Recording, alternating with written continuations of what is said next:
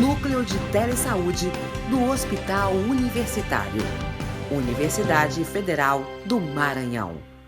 E vamos falar um pouco dos acolhimentos e demanda espontânea, falando também um pouco da questão da classificação de risco, para que a gente tenha aí uma visão geral. Na verdade, eu trouxe de um material do Ministério da Saúde, né, dos cadernos de atenção básica, para a gente ter uma visão geral de como estruturar essa questão da classificação de risco, do acolhimento, que às vezes parece algo muito amarrado, né, que não precisa ser. Então, o acolhimento, na verdade, ele vem como uma forma de inclusão dos usuários, principalmente na unidade básica de saúde, na atenção primária de saúde. A gente fala da questão da importância do acolhimento como forma de inclusão. Por quê? Porque na atenção primária, muitas das vezes, tem lá, né, todos os usuários que já fazem parte ali daquela comunidade, já fazem parte das equipes. E aí a gente, muitas das vezes, não acolhe, não inclui certos usuários que também deveriam, a gente não inclui de forma pragmática mesmo, né, tendo protocolos e assistências programadas para esses outros usuários que possivelmente podem aparecer. E por isso que a gente fala da questão da ampliação de acesso, né?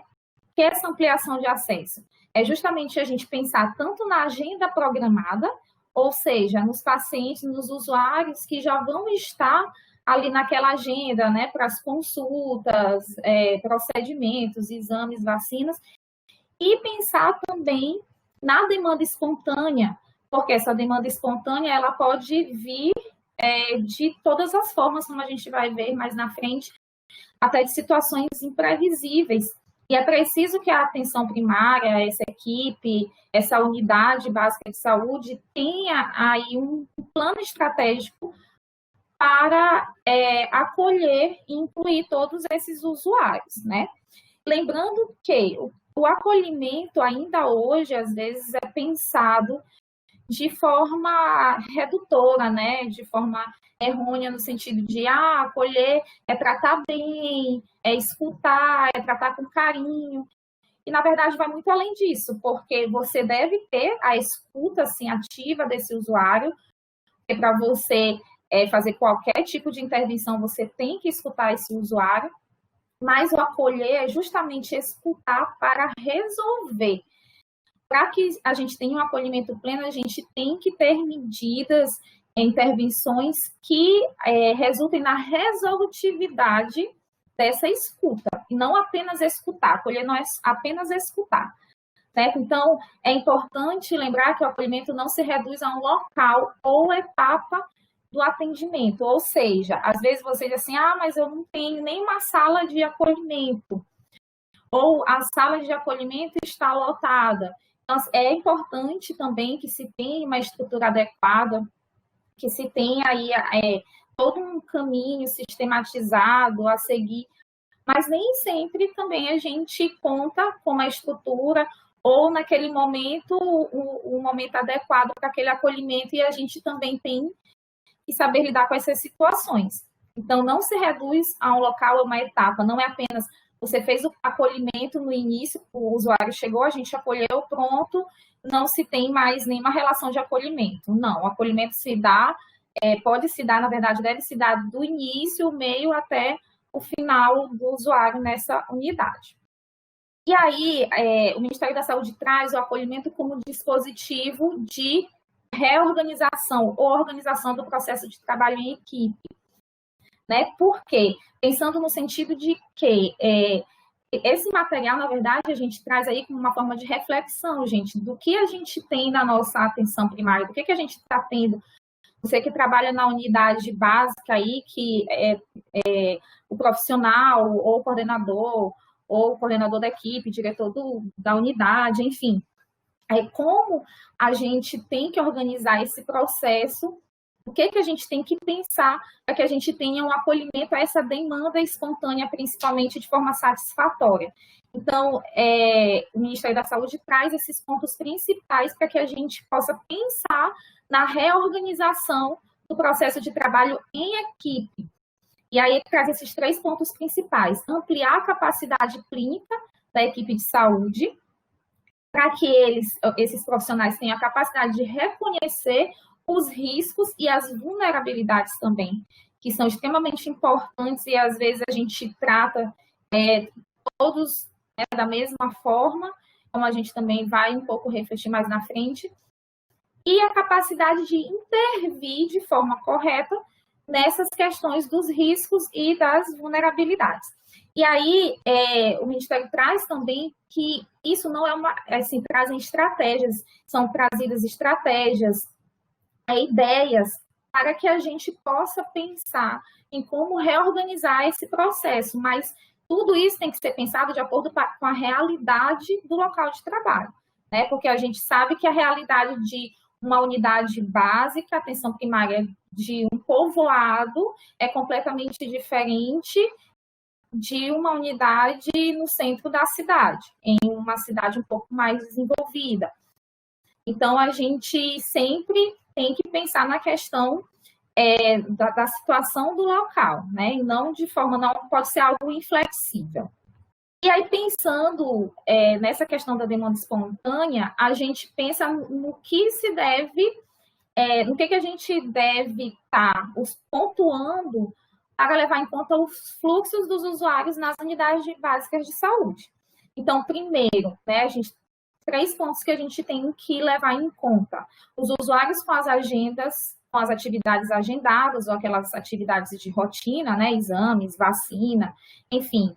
Sempre realizar aí um protocolo, algo que faça com que a gente faça esse usuário evitar esperas desnecessárias na recepção, né? E justamente para que no momento das demandas espontâneas, essa recepção, que é o primeiro contato que qualquer usuário vai ter, não fique ali extremamente lotada e com uma fila de espera imensa.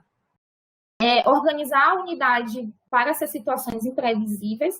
Então, é necessário, se a sua unidade não tem, a sua atenção primária de saúde não tem aí um protocolo formado, né, um modelo formado de organização para as situações imprevisíveis, por exemplo, aí, mesmo que seja uma situação crônica agudizada, né, ou uma situação mesmo completamente imprevisível, uma PCR que não costuma acontecer, não vai acontecer todo mês, toda semana, é uma situação geralmente bem imprevisível, a gente tem que estar preparado e esses profissionais saberem exatamente como agir. Então, é importante que a unidade tenha aí uma estrutura formada de tipo, equipe tal vai realizar tal procedimento, profissional tal vai realizar tal procedimento, né, para essas situações imprevisíveis.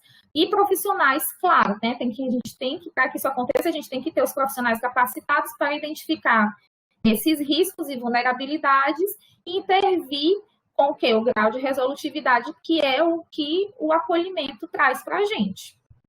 Só que realmente tem aí a questão dos fatores que vão influenciar, tanto de forma positiva quanto de forma negativa, né? Se eu tenho um número de equipes reduzida, profissionais reduzidos, claro que vai influenciar de forma negativa. E, da mesma forma, a estrutura física, se eu não tiver uma estrutura física adequada, também vai influenciar de forma negativa, da mesma forma o contrário. Então, os principais fatores que influenciam esse fluxo de maneira satisfatória é justamente um número de equipes reduzida ou adequada e uma estrutura física também da unidade adequada. E aí é importante a gente pensar nessa questão da não burocratização do acolhimento e do fluxo.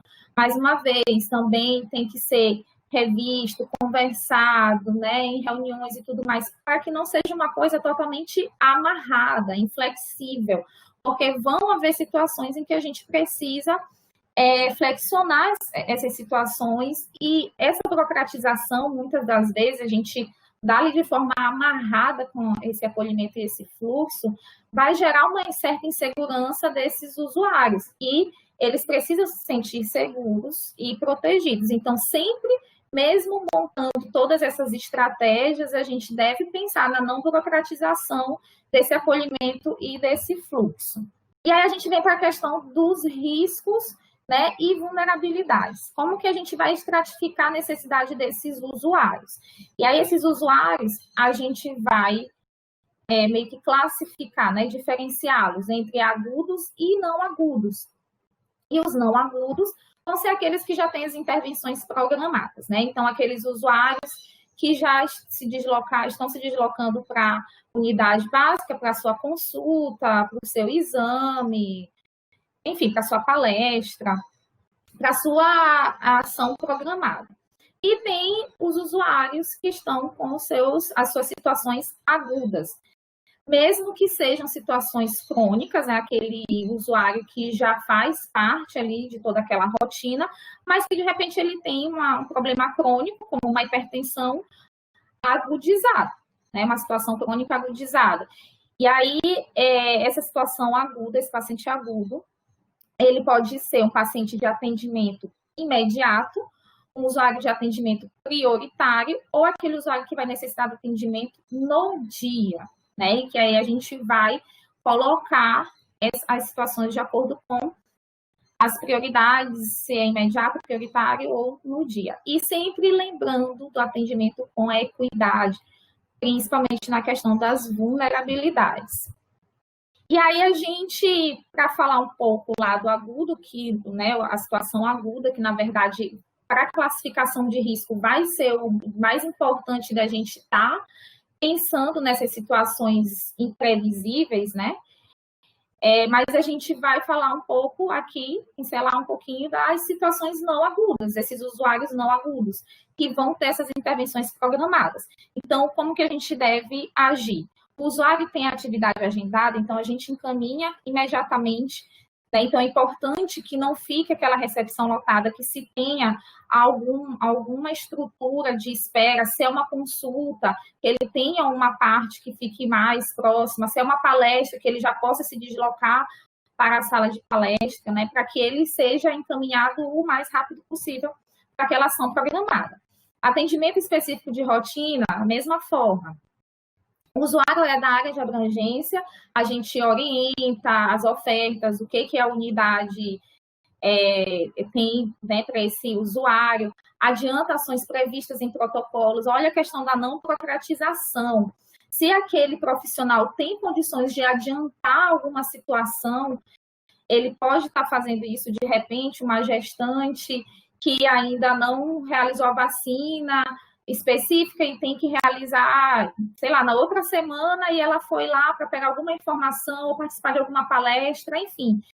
Pode estar se adiantando certas ações que são previstas em protocolos e que podem ser adiantadas naquele momento. E a questão dos agendamentos, né? Agendar o que tiver que ser agendado. Não é da área de abrangência, você vai orientar, de repente, a atender, né? Porque mesmo nas situações imprevisíveis, o usuário que não seja da área de abrangência, a gente não pode negar atendimento, mas se foi, né, qualquer outro motivo que seja não agudo, aqui no caso é não agudo, orientar esse usuário, mas orientar de forma que ele seja encaminhado seguramente e com responsabilização. Não apenas não é aqui, pronto, que justamente isso não é acolher, né? E aí, então, vamos para a parte do risco. Como que a gente vai classificar o risco dessas situações agudas, né? E aí o Ministério da Saúde traz a ideia das cores, de estar diferenciando justamente para poder facilitar. E aí tem as cores vermelho, amarelo e verde, onde o vermelho é atendimento imediato, o amarelo é atendimento prioritário e o verde é o atendimento no dia. E a gente vai falar um pouco de cada um. E aí, quais são as possíveis ofertas relacionadas a esses problemas agudos, né? Essas situações agudas? o atendimento, né, por qualquer um dos profissionais, dependendo da situação, a permanência na unidade, se necessário, né, se esse usuário necessitar ficar em observação por algum motivo, e uma forma de remover ou encaminhar para outro serviço, se necessário. Então, tudo isso a unidade tem que ter amarrado, né, se chegar um usuário que necessita de um atendimento imediato e você precisa fazer esse deslocamento, você precisa fazer essa remoção, a unidade básica de saúde tem que estar preparada para essas situações. Certo? Aí, classificando o risco, a gente vai falar um pouco de cada um, no caso, né? Então, problema agudo de atendimento imediato é aquele que necessita de alto risco, é aquele que tem um alto risco de vida, né? Ou de morte, no caso. A pessoa, ela necessita da intervenção da equipe de forma imediata e obrigatoriamente com a presença do médico, né? Porque é uma situação em que a pessoa está entre a vida e a morte e muitas das vezes apenas o médico, ou não apenas, mas ele precisa intervir de forma mais enfática naquela situação. Por exemplo, um ataque de espinéia grave, uma PCR, uma convulsão, a dor severa. Então, assim, por exemplo, e aí a gente tem sempre que analisar todas as situações, né? Uma convulsão, a pessoa tem que ter aí, pelo menos essas situações mais graves, né, de risco imediato e que são mais comuns na população, a gente tem que saber o que fazer. Por exemplo, uma convulsão, eu tenho que ter um atendimento médico, eu não tenho médico no posto, eu tenho que levar imediatamente para algum local, mas espera aí, como é esse tipo de convulsão? Às vezes o paciente está tendo uma convulsão geral, generalizada, e você tem que saber como agir, porque você não pode colocar ele de qualquer forma no transporte, você pode se machucar e machucar o paciente, dependendo se for focal, você já vai agir de outra forma, enfim. E a gente pensa que não, eu trabalho na unidade básica de saúde e essas situações eu não preciso saber de urgência e emergência, porque isso não acontece na unidade básica de saúde, na atenção primária. E a gente pode sim ter essas situações imprevisíveis. O problema agudo, né, que ele vai ser de atendimento prioritário, tá? Porque esse usuário tem um risco moderado, né, de vida, de agravar. Então, atendimento prioritário. Se você tem aí essas situações, acabou o atendimento imediato, a gente atende o prioritário. E é justamente importante essa questão de saber o que cada equipe ou o que cada núcleo profissional irá realizar, porque você pode, sim, de repente, ter duas situações ao mesmo tempo na sua unidade. Se chegar a uma situação de risco imediato, de atendimento imediato, de atendimento prioritário, a gente não pode todos os profissionais se unirem para salvar a vida daquele usuário que está em risco imediato e o que está atendimento prioritário vai acabar também agravando para um atendimento imediato. Por isso é necessário essa sistematização.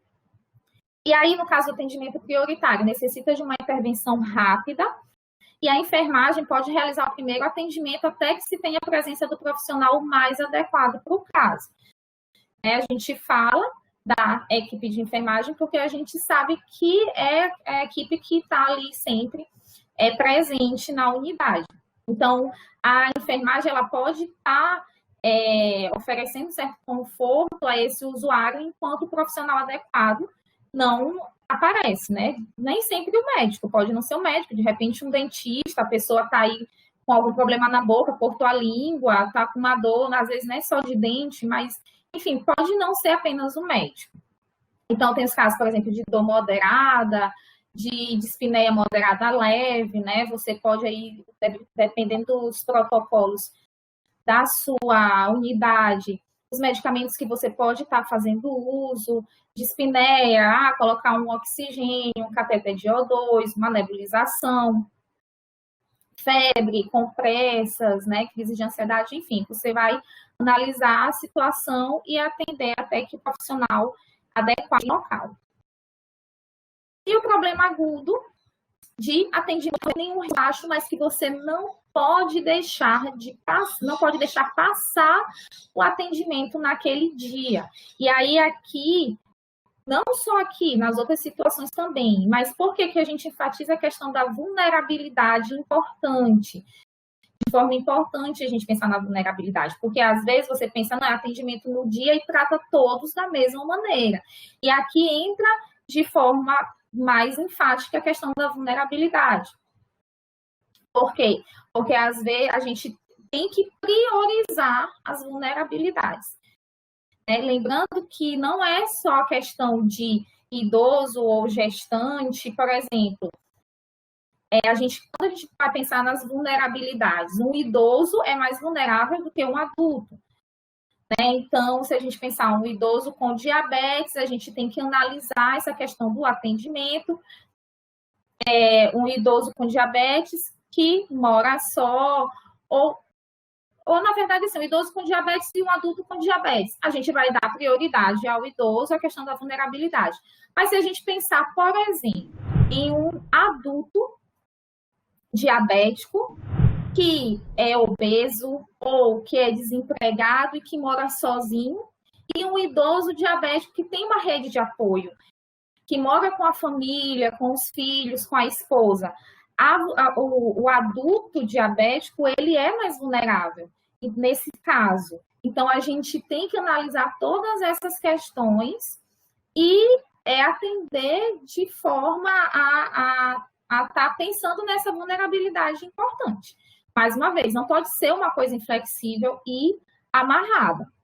Então, o atendimento no dia é aquela situação que precisa ser manejada no mesmo dia pela equipe de saúde, podendo ser realizada aí por qualquer profissional de nível superior, a depender da situação. Então, por exemplo, tosse sem sinais de risco. A gente tem que lembrar que não tem nenhum sinal, não está com dispneia, não está com desconforto, mas a tosse, principalmente dependendo do tempo de tosse, dependendo de todas as características de onde mora, como é que esse paciente está clinicamente, fisicamente falando, ou a sua comunidade, as pessoas que convivem. A gente tem que atender esse paciente no dia. Conflitos familiares, renovação de medicamento, esse paciente, esse usuário não pode chegar, por mais que tenha situações ali imprevisíveis e que ele tenha que esperar, mas ele não pode sair daquela unidade sem a sua medicação que acabou, o usuário que não consegue acessar o serviço em outro momento. Então, tudo isso tem que ser pensado com bastante critério. Bom, então, é isso. É mais uma... Aqui eu trouxe para vocês a referência de onde eu tirei a nossa palestra aí, né? E aí, é justamente mais essa questão da gente estar pensando em como montar essas estratégias de forma, mais uma vez, flexível, pensando de acordo com a nossa unidade de saúde, como que a gente vai pensar nessas estratégias para que a gente tenha esse acolhimento, essa demanda da forma mais satisfatória e plena, completa possível, para que esse usuário se sinta seguro e amparado por sua unidade de saúde. Então, é isso. Obrigada aí novamente pelo convite, pela participação de todos aqui.